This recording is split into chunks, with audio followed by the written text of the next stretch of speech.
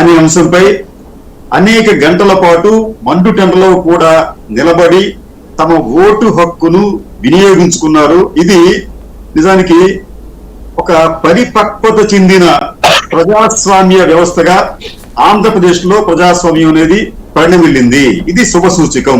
ఇక వైలెన్స్ వచ్చేటప్పటికి నిజానికి గత ఎన్నికలతో పోలిస్తే ఈ ఎన్నికల్లో వైలెన్స్ అనేది చాలా ఇప్పటి వరకు జరిగిన సంఘటనలు చాలా చెదురుమూరు సంఘటనలు తప్ప పెద్దగా జాతీయ స్థాయిలో పతాక శీర్షికను ఆకర్షించే సంఘటనలు జరగలేదు.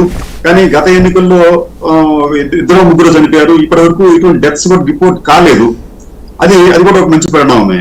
మూడోది ఏంటంటే మనం ఈ మొత్తం వ్యవహారానికి సంబంధించి ఎన్నికల సంఘాన్ని కూడా మనం ప్రత్యేకంగా అభినందించాలి.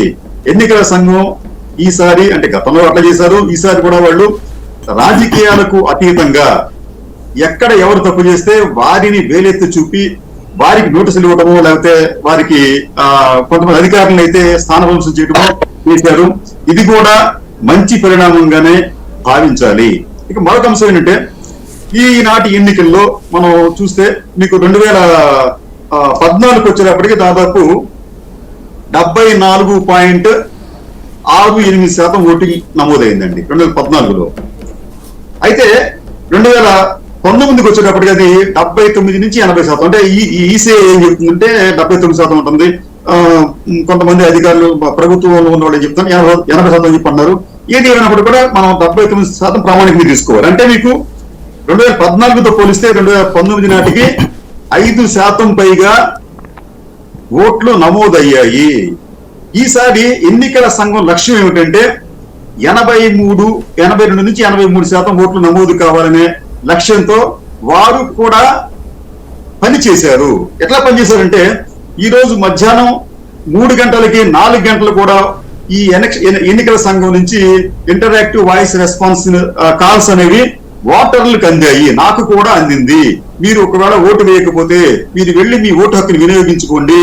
దానిని మీరు మీరు ఓటు హక్కు వేయకపోతే అది మురిగిపోయే ప్రమాదం ఉంటుంది కాబట్టి మీరు వెళ్ళండి అని చెప్పి వారి దగ్గర నుంచి కాల్స్ వచ్చినాయి. అంటే వారు కూడా ఏంటంటే ఈ ఎన్నికల్లో ఓటింగ్ శాతాన్ని పెంచే విషయంలో వారు కూడా చాలా సిన్సియర్ గా పనిచేశారని చెప్పి చెప్పాలి. అలాగే రాజకీయ పార్టీలు కూడా తమ ఓటు బ్యాంకును కాపాడుకుంటూనే కొత్త ఓటర్లను కూడా ఈ ఎన్నికల్లోకి ఈ పోలింగ్ కు వచ్చి ఓట్లు వేసే విధంగా వారు కూడా అనేక చర్యలు తీసుకున్నారు. అంటే డబ్బు విషయం అంతా తర్వాత మాడదాం, ఎవరికెంత పెంచారో అని అది తర్వాత చూడండి.